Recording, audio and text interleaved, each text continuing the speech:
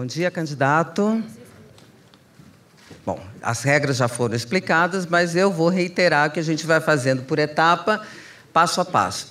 Agora o senhor tem até 20 minutos. Veja que é um tempo bom, né? Não pode reclamar. Até 20 minutos, e com ênfase no até, para sua apresentação. Por favor. Muito bom dia a todas e a todos. Quero cumprimentar o João Martins, nosso presidente da CNA, Márcio Freitas, presidente da OCB, os ex-ministros, o Alisson Paulinelli, Roberto Rodrigues, ministro Blairo Maggi, minha candidata a vice-presidente da República, a senadora Ana Amélia, das mais brilhantes senadoras do país.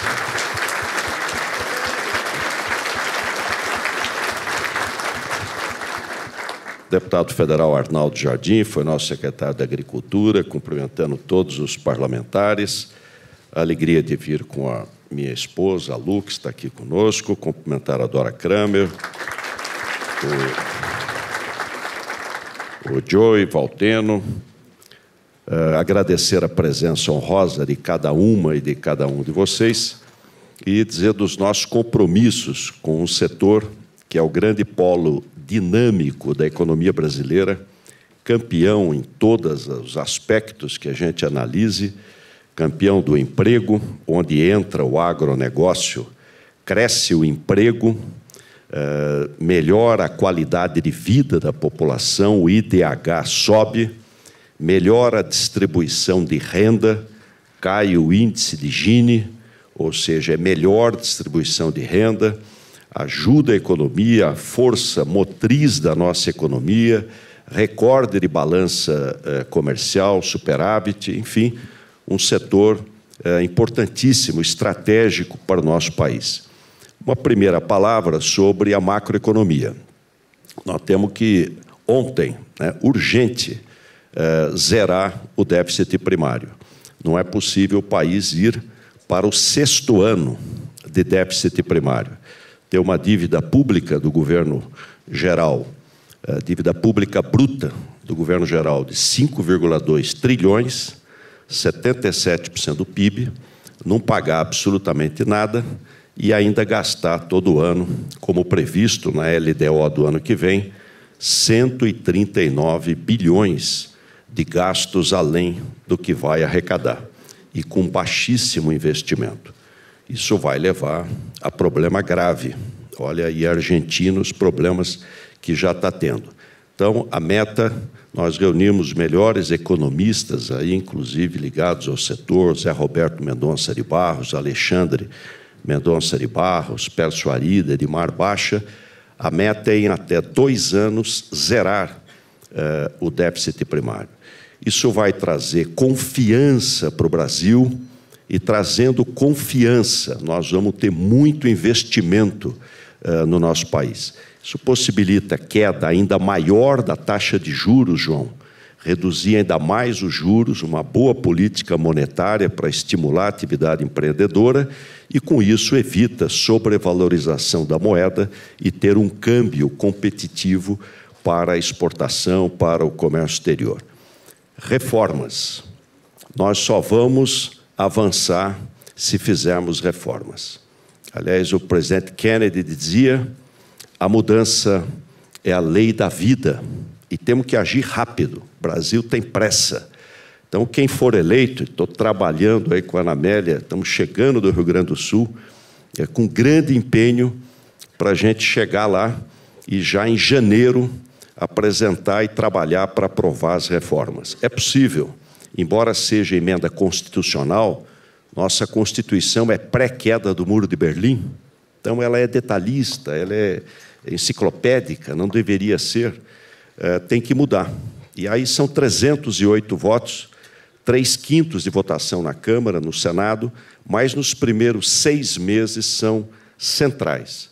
Como foi feita a reforma trabalhista, um grande avanço na modernização das relações no trabalho, importantíssima. Fazer a reforma tributária, simplificar a nossa sistema tributário por um IVA, um imposto de valor agregado, Aliás, já quero dizer a vocês que não há hipótese de voltar imposto sobre exportação. Nenhum país do mundo exporta imposto. Os estados têm problemas de natureza fiscal, vamos sentar, o caminho é o diálogo, né? Vamos sentar, vamos trabalhar juntos, mas não trazer de volta exportação de imposto, tirando a competitividade dos produtos brasileiros. Aliás, o IVA vai evitar acúmulo de crédito e vai ajudar nas exportações. Reforma previdenciária. Nós estamos com quase 4% do PIB de déficit no setor previdenciário, se somar o INSS, mais o setor público federal, e crescente. E a outra, a injustiça, porque o trabalhador da agricultura, como da indústria, como do comércio, dos serviços, aposenta pelo INSS, teto de R$ 5.600, média R$ 1.400. E no setor público, um poder é média de R$ 7.000, o outro é R$ 17.000, o outro é R$ 27.000, de média, pago pelo trabalhador de menor renda, através dos impostos indiretos. Reforma do Estado. Não cabe no PIB esse Estado. Nós temos que enxugar, como fizemos em São Paulo. Tem gente que não acredita que dá para cortar gasto. Acha que é só aumentando imposto. Não, dá para cortar. São Paulo nós fizemos, sem aumentar um imposto, o ano passado, um superávit primário de 5,3 bilhões de reais investindo no Estado inteiro. Educação, 16 hospitais, 23 exames, saneamento, segurança, polícia, duplicação de rodovias, 6 linhas simultâneas de metrô e trem, sem aumentar um imposto. Mas fomos no detalhe, fechamos fundação que não tem mais sentido, devolvemos aluguel de prédio, vendemos helicóptero, vendemos avião, até carro. Devolvemos 1.800 carros e contratamos um aplicativo. Ganhou a licitação a Cabify. Então, um esforço grande pelo lado da despesa, para a gente poder recuperar a capacidade de investimento. Uma boa política fiscal, você zera o déficit primário e tem um espaço para poder investir. Uma outra questão importante aqui, bem equacionada, a questão macro, sem a qual nós vamos ter problema ali na frente. Não dá para empurrar mais, cobrir déficit com mais financiamento, com maior endividamento na área federal, precisa resolver isso com urgência. Eu fui candidato em 2006, a proposta não era ter superávit primário, era ter superávit nominal. Hoje nós voltamos a discutir superávit primário, quer dizer, você fechar a conta esquecendo a dívida, o serviço da dívida. Reforma política. Não dá para ter 35 partidos, 25 partidos na Câmara Federal. Essa fragmentação partidária, ela dificulta a governabilidade. O primeiro ano do mandato é decisivo. Se quem ganhar tiver convicção das reformas, e o Brasil só vai mudar com as reformas, e vai mudar, vai voltar a crescer, crescimento forte, sustentável, emprego, renda, e o agronegócio é esse grande polo dinâmico da economia. Aqui eu ouvi, quando estava ali no cafezinho, de que há 30, 40 anos atrás, 50 anos atrás, nós éramos importador de alimento. E hoje somos o segundo, caminhando para ser o primeiro maior exportador do mundo de alimento. A tecnologia, né, a área de Cerrado, nova fronteira agrícola, campeã de produtividade. E aí, se o nosso problema é emprego, tem um segundo ponto para rapidamente recuperar o emprego. Um outro polo dinâmico, que é infraestrutura, rodovias, ferrovia, hidrovia, dutovias, integração de modais, essencial para reduzir custo do Brasil. Num país que é o 5º maior do mundo, quinto maior do mundo, um país continente. Eu fui de van, fui até Itaituba, na BR-163, agora há 15 dias, atravessei o rio Tapajós, fui ao porto de Miritituba, peguei uma van, Blairo, e fui até Rurópolis, numa exposição agropecuária, peguei a Transamazônica e de lá fui até Santarém, de van. Cheguei 3h30 da madrugada. O motorista da van dizia, falta 40 quilômetros para chegar ao asfalto. Nós na BR-163, cai para cá, cai para lá, cai para cá. Falta 30, falta 20, falta 10. Chegamos no asfalto. Aí eu pedi para ele, volta para a terra, né? Porque a hora que chegou no asfalto, piorou. O tamanho das crateras é um negócio inacreditável. Isso é uma BR estratégica para chegar ao porto, para exportar. Imagine agora no carnaval, a hora começar a chover, carreta de 50 toneladas de grãos de soja. Não tem como passar, nem com trator de esteira puxando. Infraestrutura é emprego na veia, na veia. Uma obra nossa do metrô em São Paulo, a linha 5, estava gerando no final do ano 5.400 empregos diretos, fora os empregos indiretos. Então, o governo recuperar a capacidade de investimento e trazer a iniciativa privada. Nós temos demanda no Brasil, tem muita demanda. Trazer a iniciativa privada para investir concessões, PPPs, ferrovia, integrar com a hidrovia, recuperar as rodovias, dutovias, enfim, um grande trabalho na área de infraestrutura, um canteiro de obras com recurso do governo e recurso da iniciativa privada, reduzindo o custo Brasil dentro de uma agenda de competitividade. Uma palavra sobre seguro rural. Se nós conseguirmos equacionar bem o seguro de renda, nós vamos estar resolvendo dois problemões. Primeiro, questão de dívidas, porque se você garante a renda, você evita, né, problemas sérios. E segundo, o crédito agrícola. Você também vai ter muito mais possibilidade na questão do crédito agrícola. Qual o problema? É que algumas regiões são muito sujeitas a variações climáticas muito fortes. Então, seguro de renda, com cosseguro e fundo de catástrofe, para poder aguentar o tranco quando você tem uma intempérie muito grande. Então, ao governo cabe ir subsidiando, ao menos no início, a questão do seguro agrícola e, junto com a iniciativa privada, nós temos um fundo de catástrofe forte para poder expandir o seguro de renda. Essa é uma questão de grande sensibilidade. Se a gente conseguir avançar no seguro de renda, nós vamos caminhar melhor. E, com isso, também se equaciona a questão melhor o crédito agrícola, que deve ser plurianual, para não ficar todo ano esse estresse de crédito. A outra, o dinheiro mais barato. Desse eu li uma matéria. Por que o produto brasileiro, não agrícola? Porque é muito competitivo, mas outros produtos são mais caros. Primeiro, imposto excessivo.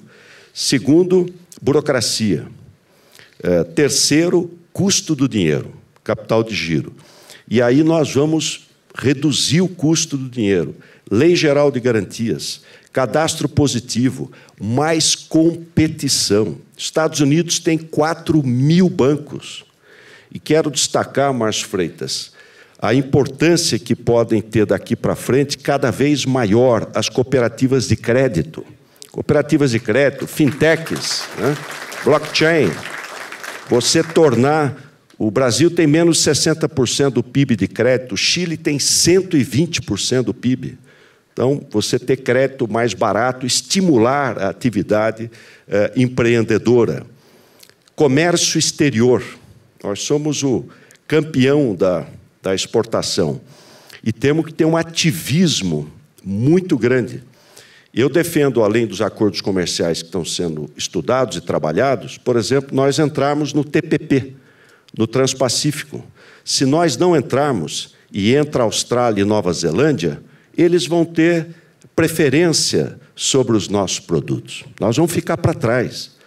E a outra é combater firmemente o protecionismo que existe em muitos lugares, seja Índia, Tailândia, questão do açúcar, Rússia, carne. Nós temos uma defesa intransigente dos produtos brasileiros, porque acreditamos no livre comércio, acreditamos que esse é o caminho para a gente gerar mais emprego, a economia poder crescer e beneficiar o cidadão e a cidadã. Então, defender com empenho os nossos produtos, até na OMC, e, de outro lado, rapidamente caminharmos para termos mais acordos comerciais, conquistarmos mais mercado e colocarmos ainda mais os nossos produtos, que tem tudo para crescer.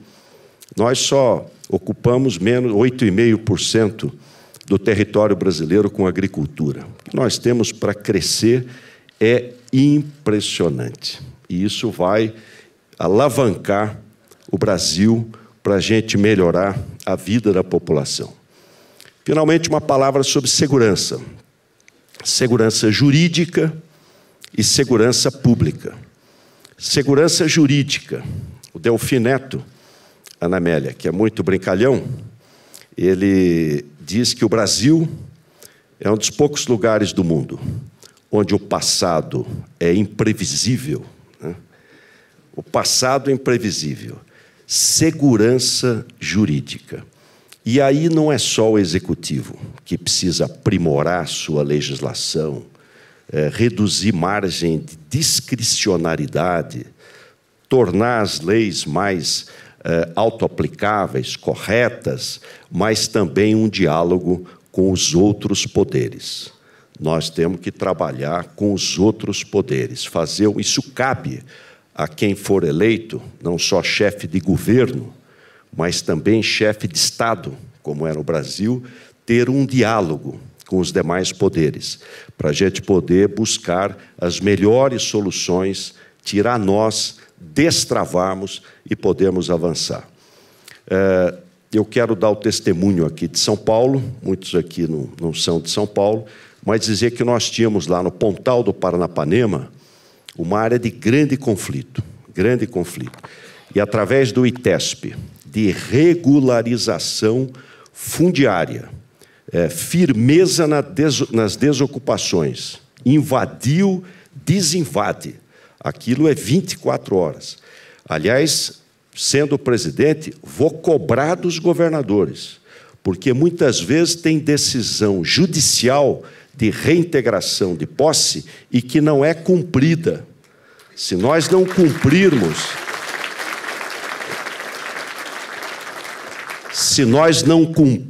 decisão judicial, nós estamos abrindo mão da democracia.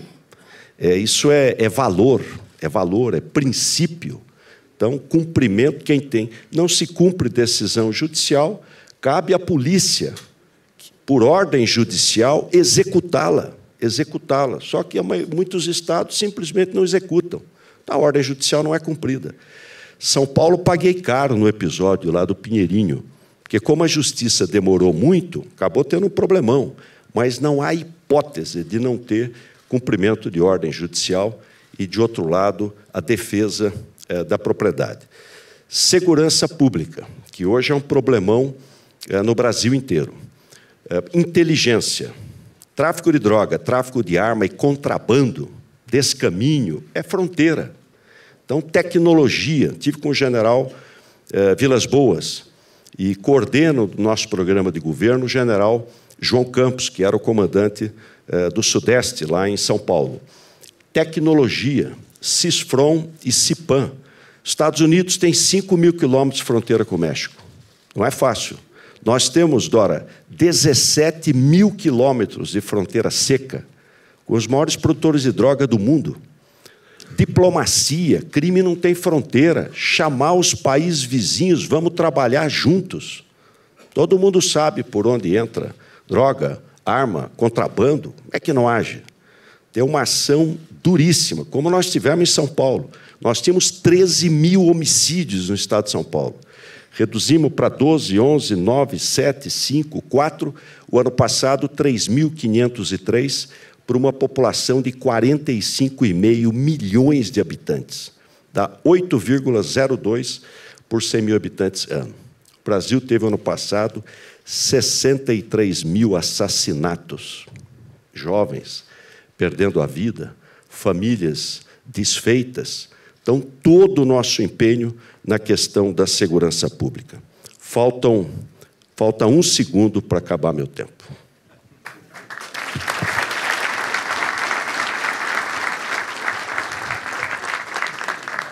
Obrigada, candidato. Bom, vou fazer a primeira pergunta e já vou logo abusando. Vou fazer duas. Vou fazer uma, porque uma me surgiu durante a sua apresentação. E essa sua apresentação, o senhor elenca, lista todos os problemas que são enormes do país, que são problemas que aparecem nas pesquisas de opinião como prioridades também da população.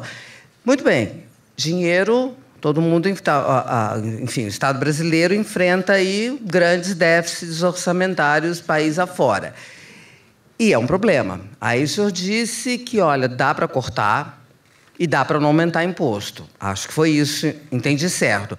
Como é que é a fórmula, então? Se não aumenta imposto, não aumenta gastos, não, entendeu? Ou corta gasto, aumenta imposto, isso é o tradicional, mas o senhor deve ter aí uma fórmula diferente. Já quero engatar a segunda, para que o senhor não ocupe os 5 minutos inteiros com essa pergunta e me deixe de fora a segunda, que é a seguinte. O senhor falou das diferentes reformas.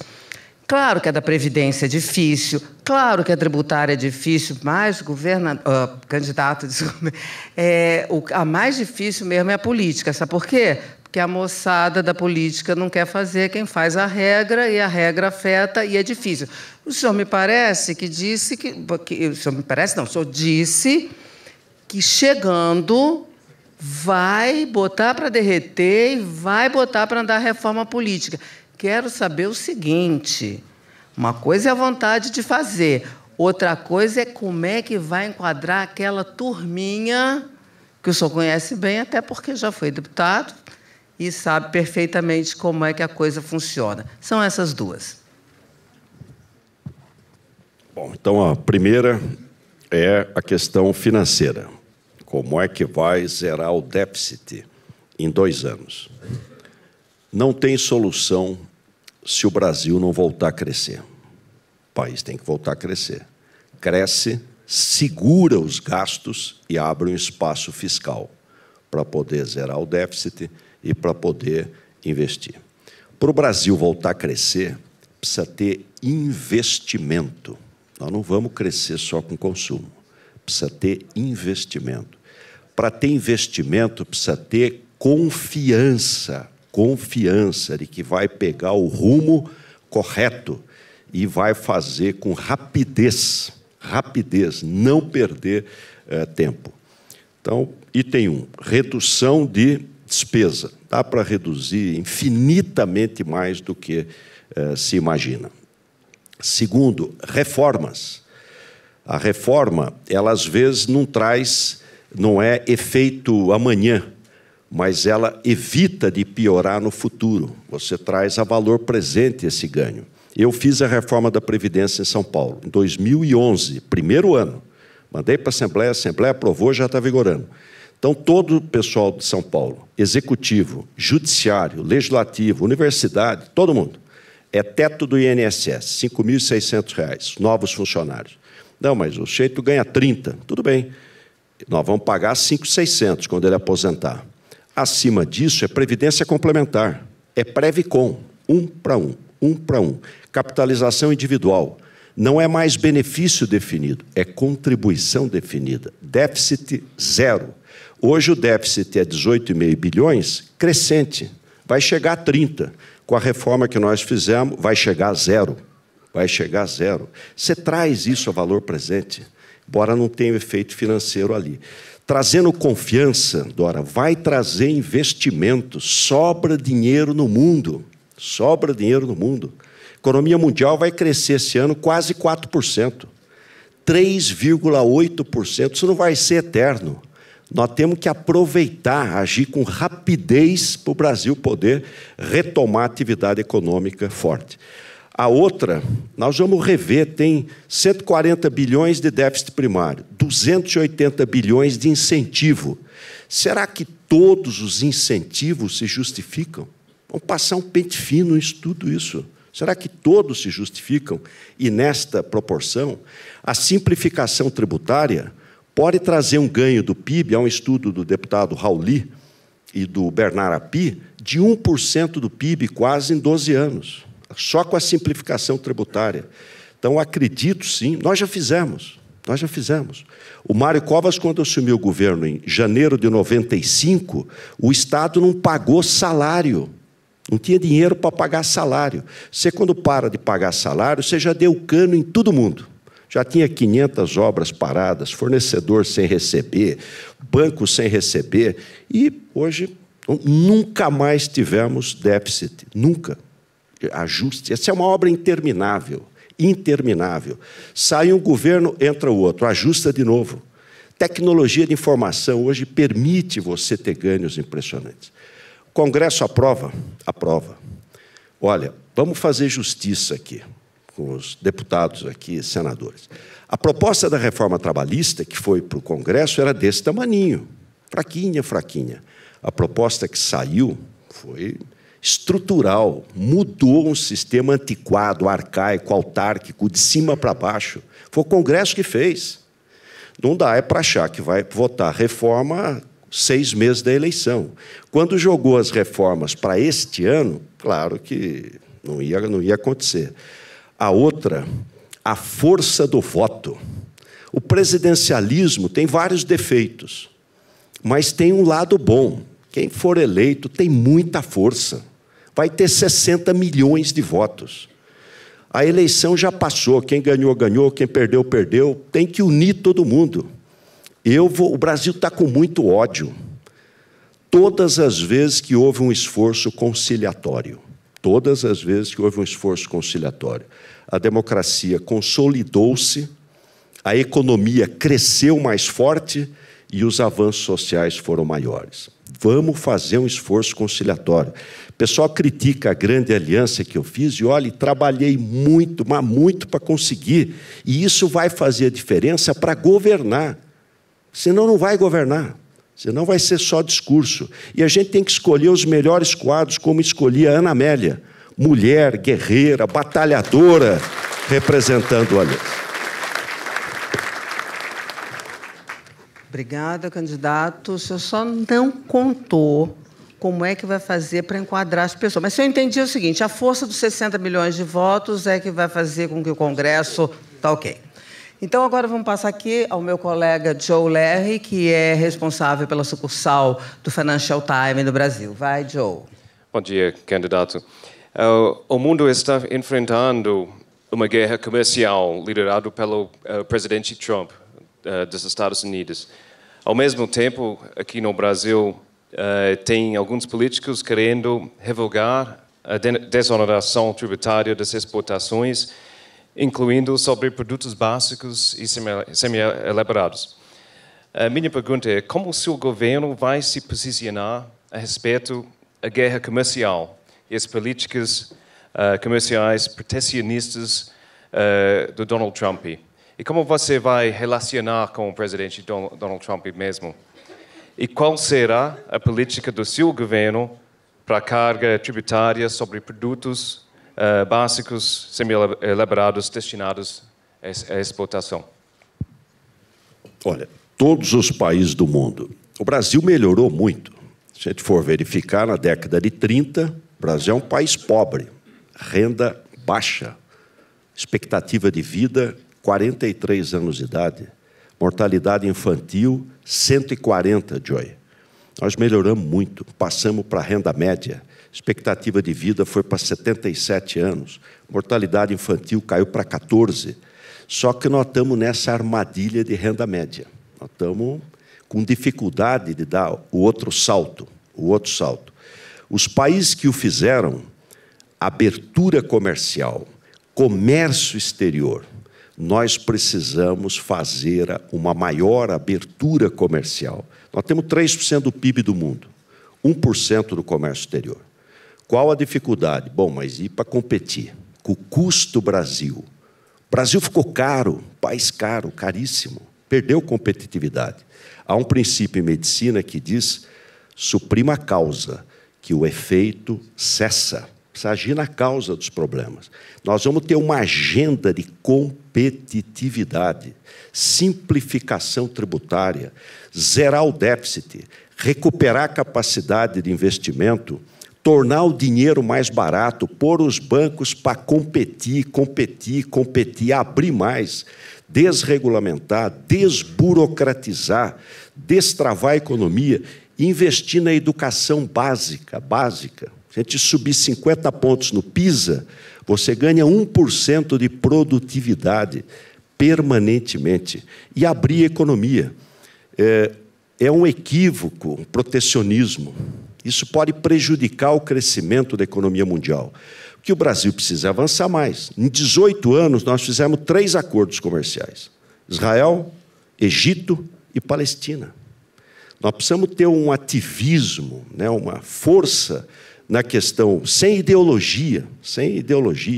Comércio é o caminho para a paz, para o crescimento, para o emprego, para melhorar a vida da população. Então, nós vamos, TPP, que eu citei aqui, o Transpacífico, o nosso relacionamento com os Estados Unidos, ótimo, maravilha. Aliás, nós não temos nem déficit, não temos nem superávit com os Estados Unidos. Os nossos vizinhos, a China, tem gente querendo brigar com a China. A China é o maior parceiro do Brasil e pode ser já é um grande investidor. Então, eu vejo no comércio exterior e na política internacional um grande caminho para a gente poder avançar mais. E com uma agenda de competitividade para reduzir custo do Brasil. Mas você está abrindo no momento quando o presidente Trump está fechando. Como você vai lidar contra essa tendência no mundo? Olha, eu acho que é uma visão equivocada, porque isso só pode reduzir a força da economia mundial, reduzir a força do comércio exterior. O que nós temos que fazer? Defender o produto brasileiro, que pode ser vítima, e já o é, de protecionismo lá fora. Diplomacia e até o OMC. E a outra é fazer acordo. Se os outros fazem acordos comerciais e nós não fazemos, nós vamos perder preferência e vamos perder mercado. Ótimo, obrigada pelos 1 minuto e 20 excedentes. Eles serão sempre úteis e podem ser úteis até para a nossa conversa mais adiante. Bem, então agora eu quero passar para as perguntas, uma pergunta feita para um dos nossos representantes do setor. Quem vai fazer a pergunta? Ok. Microfone. Também 5 minutos, viu, governador? Candidato. Vou chamar de governador também, tá? Tudo bem. Caro governador Alckmin, quero cumprimentar a candidata a vice-presidente na sua chapa, a senadora Ana Amélia, nossa amiga, a senhora Lu Alckmin. Governador, qual a sua opinião sobre o tabelamento do frete? Em eleito, nosso presidente da República, qual será a sua atitude em relação a esse tipo de interferência estatal no funcionamento do mercado? Ok. Olha, o que aconteceu lá atrás? A conjugação de 3 fatores. Primeiro, o governo com a dificuldade fiscal, que todos nós sabemos, né? Infelizmente, herdamos isso do PT, 13 milhões de desempregados, milhares de empresas fechadas, uma recessão grave e um desequilíbrio total das contas públicas. O governo deu uma turbinada no PIS/COFINS de combustível. Então, aumentou a carga tributária sobre combustível. Segundo, o barril do petróleo, geopolítica. Então, as questões todas do mundo, barril de petróleo disparou. Terceiro, o dólar. Moeda se desvalorizou. Quarto, Petrobras fazendo reajuste diário. Deu no que deu. O que nós temos que fazer? Primeiro, a Petrobras não pode fazer reajuste diário e nem pode ficar congelado 10 anos. Faz a cada 30 dias, faz uma média a cada 30 dias. E se subir muito o barril de petróleo, como é que faz? Imposto regulatório, baixa o imposto. Subiu o barril do petróleo, você reduz o imposto. O barril do petróleo caiu, você sobe o imposto. Evidente, para isso deve ter imposto regulatório, para você ter um colchão de natureza tributária. Como nós tivemos essa sequência de fatores, e aí o governo foi surpreendido, deu no que deu. Olha aonde leva o corporativismo. Ainda teve gente, candidato, aí incentivando greve de caminhoneiro. O resultado foi 14 bilhões de reais de subsídio para combustível fóssil. Nós que somos o campeão da energia renovável, subsidiar combustível fóssil. E esse retrocesso, que é tabela de frete, é um negócio que não tem o menor cabimento. Então, o fato é que, se a gente for verificar o Brasil esses últimos tempos, nós precisamos enfrentar o corporativismo. O interesse coletivo, o bem comum, anônimo, da Dona Maria, do seu José, precisam ser permanentemente defendidos. Se as corporações vão tomando conta, o conjunto se enfraquece, o país se enfraquece. Então, está incorreto, não está correto. E o caminho do futuro qual é? Ter uma regra para a Petrobras não fazer permanentemente reajuste, mas fazer uma média, e você ter um colchão tributário para esses momentos. Um outro é tornar o combustível mais barato. Nós estamos exportando petróleo e importando derivados de petróleo, porque não tem capacidade de refino. O refino, embora não seja um monopólio estatal por lei, ele é monopólio na prática. Então, por que não investe mais em refinaria? Evita o frete para ir, petróleo, o frete para voltar o derivado de petróleo e gerar emprego no Brasil. Porque a Petrobras não tem dinheiro para tudo, não tem capital para tudo. Ela foi para o pré-sal, porque o pré-sal é rápido. O pré-sal está crescendo 40% ao ano, produção de petróleo no pré-sal. Então, ela correu para o pré-sal. Eu defendo o quê? Trazer empresas privadas para o pós-sal, postos maduros, que vão beneficiar muito o Nordeste brasileiro, tem muito petróleo e gás ainda para tirar, trazer investimento privado, empresas especializadas em postos maduros, e o refino, trazer a iniciativa privada para ampliar o refino no Brasil. O problema é quem vai querer investir com essa insegurança jurídica que foi criada. Esse é que é o problema, é confiança e firmeza nas decisões. Está errado, fruto de uma conjugação de problemas e uma solução ruim. Agora, a quarta pergunta. A quarta pergunta vai ser feita pelo repórter especial da Band, Valteno de Oliveira.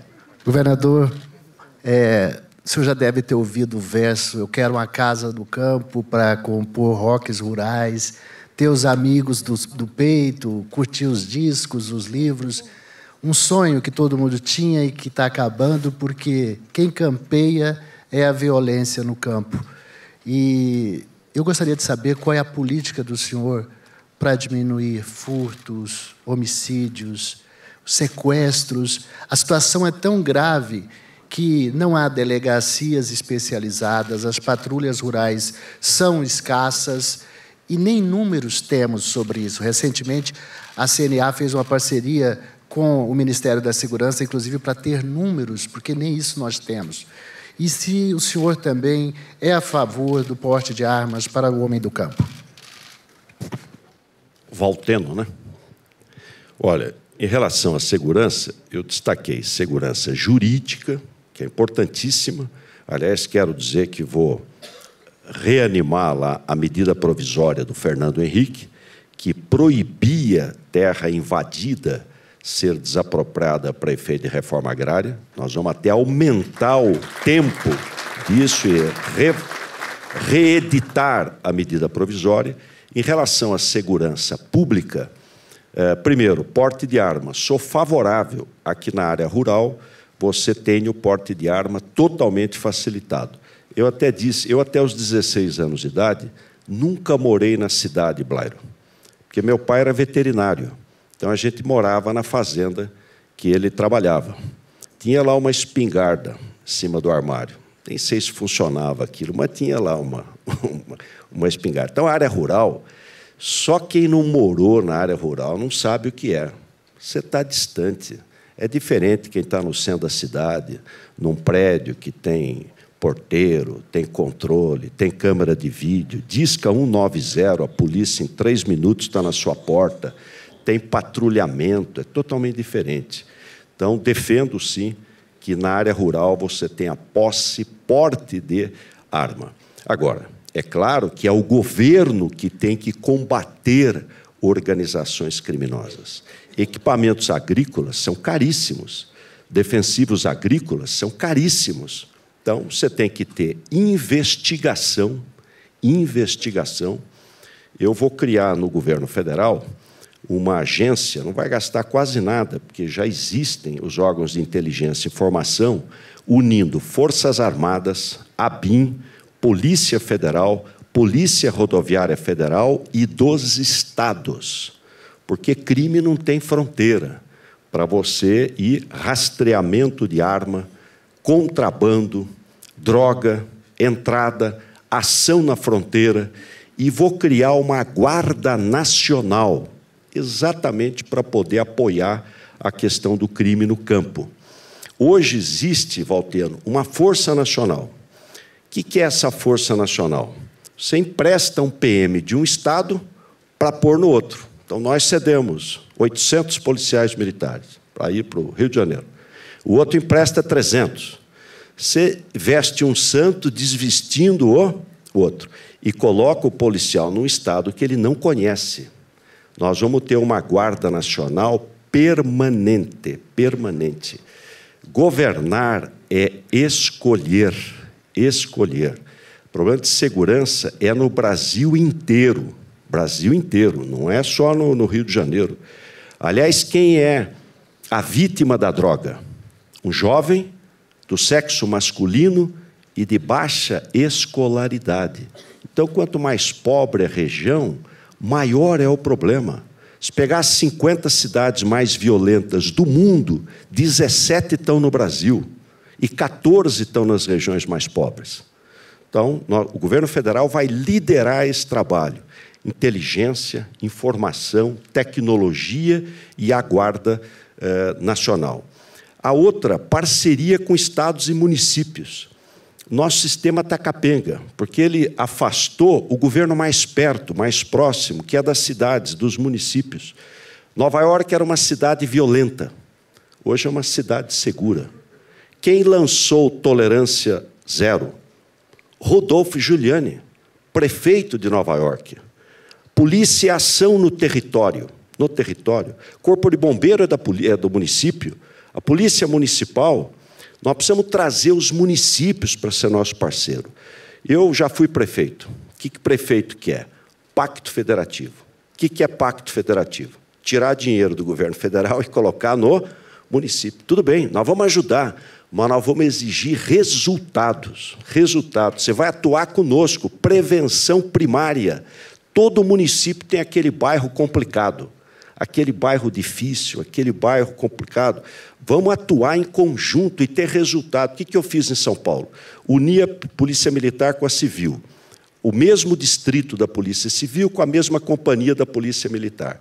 Resultado, redução de homicídio, redução de latrocínio, roubo de carro, furto de carro, roubo em geral, bônus, meritocracia. Atingiu meta, ganha, desde o coronel até o soldado, desde o delegado até o agente policial. O Brasil é o país da regra. Nós temos que ser o país do resultado, você cobrar resultado. Dá para reduzir muito. Um último exemplo, Dora, para o nosso tempo. São Paulo tinha muito roubo de carro. Aí, e tendo roubo de veículo, tem latrocínio, porque metade dos latrocínios é na hora de roubar o veículo. A gente se assusta, faz um movimento, toma um tiro. Para que rouba? Para desmanche. Então, nós mandamos uma lei para a Assembleia, 6 meses, para todos os desmanches virarem recicladoras. Não atendeu a lei, lacra. 6 meses depois, começamos a fechar. Emparedamos 1.180 desmanches. O que aconteceu com roubo e furto de veículo? Despencou. O que aconteceu com latrocínio? Despencou. Receptador. Quem está pegando defensivo roubado, isso é sob encomenda. Você, quando rouba uma carreta de roldana, não é para vender na feira, é sob encomenda. Então, nós vamos aumentar a pena para receptadores e para cima dos receptadores. Essa é uma questão essencial, ter polícia especializada na área rural. Obrigado, governador. Bom, como a gente tem, já me orientaram aqui que eu posso fazer uma pergunta a mais. Agora, eu sei que o assunto é o futuro, tá?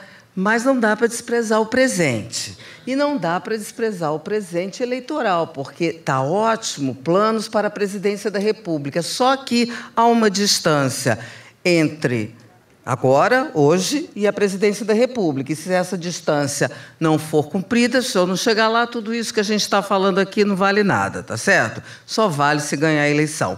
Então, e quero uma resposta, governador, já vou avisando, não quero aquela resposta assim, não, vamos esperar o programa de televisão, porque aí tudo bem, tudo vai dar certo. Não, essa aqui todo mundo já ouviu. Vamos numa outra mais objetiva. Tem um eleitorado seu super aflito com essa coisa, essa âncora da pesquisa, que o senhor fica lá no negócio do 7, do 8, do 6 e não vai, e dizendo e pedindo calma, e aí as pesquisas mostrando que tem o eleitor, que é o seu eleitor tradicional, que é o eleitor do PSDB, indo para o Bolsonaro, porque quer evitar outras coisas. Então, de repente, o senhor está perdendo nessa coisa. As pessoas não estão com calma. Conta aí para a gente. Porque, menos de 40 dias. O tempo ruge. Não tem tempão, não. Como é que vai fazer para ganhar esta eleição?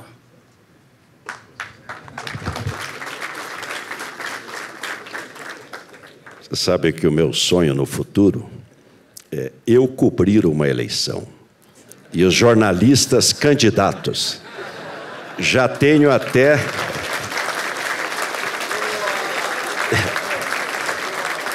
Eu já tenho até a primeira pergunta. Por que não decola? Né?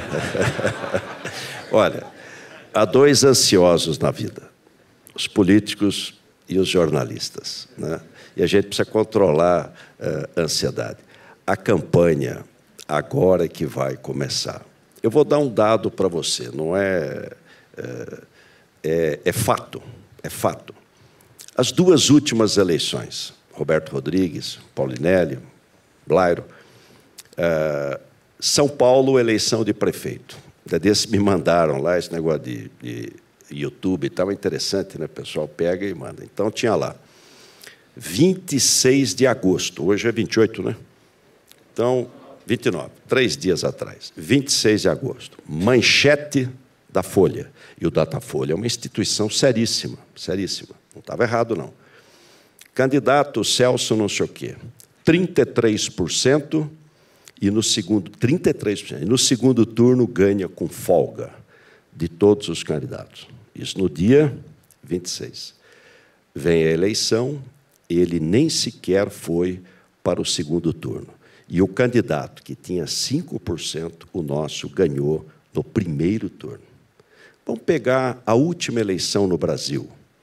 Tocantins, uma eleição fora de época, agora, o mês passado. Primeiro lugar estava o prefeito da capital. Segundo lugar, uma senadora da República, respeitada. Nenhum dos 2 sequer foi para o segundo turno. O que está acontecendo? o povo, até pelo sofrimento. Não está ninguém feliz com a política. Ninguém. Depois de passar por 8 anos de perda de renda, de escândalos, de decepção, de tristeza, um sistema que está errado. Se nós não mudarmos esse sistema, não vai melhorar. Vamos ser sinceros. Por isso que eu digo, olha, não tem solução sem reformas. Para ter reforma, precisa acreditar nas reformas, ter força e ter apoio e aliança para poder mudar as coisas. Então, agora é que vai... O Hélio Garcia dizia isso há anos. A eleição começa depois da parada. Parada militar, 7 de setembro. Como? Não mudou, isso é porque o Hélio Garcia só está citando um negócio lá de antigamente. Dora, vou dar um dado para você. Numa campanha curta, essa campanha não é igual às outras, ela é curtinha. Geralmente era em junho. Até hoje nós não tem candidato que a gente não sabe quem vai ser. A campanha é curtinha, ela vai ser decidida em setembro. Precisa controlar e trabalhar. Eu acredito... Vou interromper. O senhor vai ser mais incisivo? Porque nos primeiros debates, o senhor estava ali tentando ignorar que o Bolsonaro existe... E numa gentileza aqui, gentileza lá. Como é curto, o que é? Que o senhor vai ser mais incisivo? Lembra o primeiro debate seu com Lula? Que o senhor foi super incisivo lá em 2000, sei lá o quê? E aí cada um dá um palpite. Eu fui em cima do Lula no segundo turno. Até porque debate de segundo turno é diferente. Debate de segundo turno é tete-a-tete. Debate de primeiro turno tem 8, 9 totalmente diferente. E aí disseram, não, mas o senhor perdeu para o Lula porque bateu muito no Lula. Cada um tem uma ideia. Eu fui a Petrolina. Aí um amigo me mandou um e-mail. Mas eu falei para você, você não me seguiu o meu conselho. Você, a Petrolina, atravesse a nado o Rio São Francisco até Juazeiro. Eu falei para você. Cada um tem uma ideia. Olha, eu não vou mudar, porque se mudar não sou eu. Eu acho que o Brasil não precisa de showman, não precisa de gritaria, berro, murro na mesa. Precisa resolver o governo que funcione. O país precisa voltar ao normal, ter governo que funcione. Bom, como a gente está aqui com uma certa folga de tempo, o Joe quer fazer mais uma pergunta. Outro assunto polêmico para o seu colega Bolsonaro é sobre as mulheres. Você acha que o voto das mulheres vai ser decisivo nessa eleição? E o que você vai fazer para as mulheres, para deixá-las mais iguais no lugar de trabalho? Olha, primeiro eu gosto muito das mulheres, começando pela Lu, com quem sou casado há 40 anos e mais apaixonado do que era no tempo de namoro. Viu?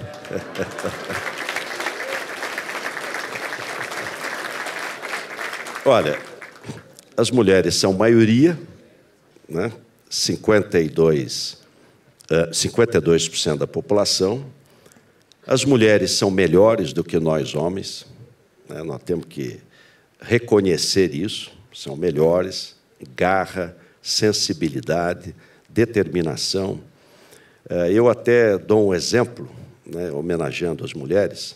Nós temos em São Paulo 230, vamos ser exato, 228 mil presidiários. Essa história que prender não reduz criminalidade não é verdade. Prende, que você reduz criminalidade. Então, nós temos 22% da população e 37% da população carcerária. Desses 228 mil, devia ser meio a meio, né? Tem 4,5% de mulheres, 95,5% de homens. E esses 4,5%, Ana Amélia, ainda é a má companhia dos homens, viu? Então, mulheres, por isso fui buscar a Ana Amélia. É uma chapa... E a Ana Amélia não vai ser uma vice muito ativa, muito participante. Quando as mulheres crescem, quando as mulheres têm empoderamento, não ganham só as mulheres, ganha toda a sociedade. Toda a sociedade. Ela é essencial. políticas públicas, né, para evitar discriminação. Essa história do laissez-faire não existe. Isso é incivilizatório.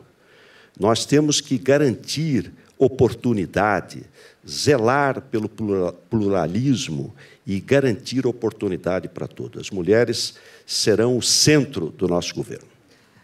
Governador, então agora o senhor teria mais... Teria, não? Tem mais 5 minutos para as suas considerações finais.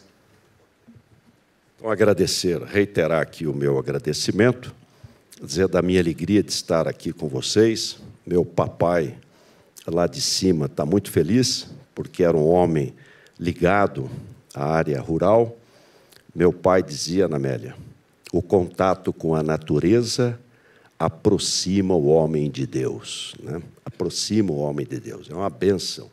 E o Brasil, o motor, né, o centro, o grande polo dinâmico é a nossa agropecuária e o nosso agronegócio, que tem desafios, especialmente da porteira para fora, desafios grandes, que nós não sabemos fazer mágica, mas nós acreditamos.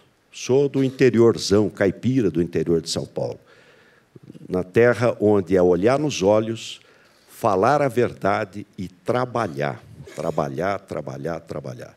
Então, quais são esses compromissos nossos, João? Seguro de renda. Acho que a gente pode dar um salto para fortalecer o agronegócio. Ampliar a oferta de crédito com juros menores. E aí, o sistema bancário, a competição para ter spread menor, lei geral de garantias, faz toda a diferença. Mercado, defender o produto brasileiro e buscar mercado, conquistar mercado, correr atrás de mercado. O governo tem papel importante. E também a iniciativa privada, garantindo a qualidade dos produtos, os exportadores, os industriais. É uma parceria, governo e iniciativa privada, para a gente ter bons produtos, boa qualidade e conquistar mais mercado. Infraestrutura, reduz custo. O Brasil, que um país grande, continental como o Brasil, tem um custo enorme. Ciência e tecnologia, Embrapa, papel que teve a Embrapa nesse período todo, a gente ter pesquisa aplicada no sentido de resolver problemas do setor, através do cooperativismo e também o governo, associativismo, extensão rural, profissionalismo no campo, segurança jurídica, invadiu, desinvade, e segurança pública, até aumentando pena para determinados tipos de criminalidade. Questão sanitária, a gente buscar também iniciativa privada, para que possa ocupar também um espaço importante. Enfim, um conjunto de propostas. E o mais importante, João, é o diálogo. Quando a gente ouve mais, dialoga mais, erra menos. Não é que não vai errar, mas erra menos. O governo moderno está permanentemente interagindo, dialogando, resolvendo problemas, até porque você tem um espectro. Mas, na hora que assume o governo, eu já fui 4 vezes governador, a realidade ela tem uma lógica própria, que você tem que estar 24 horas trabalhando para poder avançar. Paz no campo, ordem e desenvolvimento. O Papa Paulo VI dizia que o desenvolvimento é o novo nome da paz. Porque onde não tem emprego, não tem paz. Pode ter polícia, mas não tem paz. Paz é fruto de oportunidade. O Brasil, durante 50 anos, de 30 a 80, foi o país que mais cresceu no mundo, 5% ao ano, meio século. Nós vamos voltar a crescer, com sustentabilidade, crescimento forte e permanente. E o agronegócio brasileiro vai ser o motor para ajudar a empurrar também a indústria e os serviços. Deixo um abraço muito carinhoso para vocês. Eu que sou da área rural, cooperado da nossa Comevap, e aprendi com meu pai. Meu pai dizia, meu filho, acorde cedo, 7 da manhã, já tirou o leite, soltou os bezerros e fez o queijo. Esse é o homem do campo. Parabéns, contem conosco.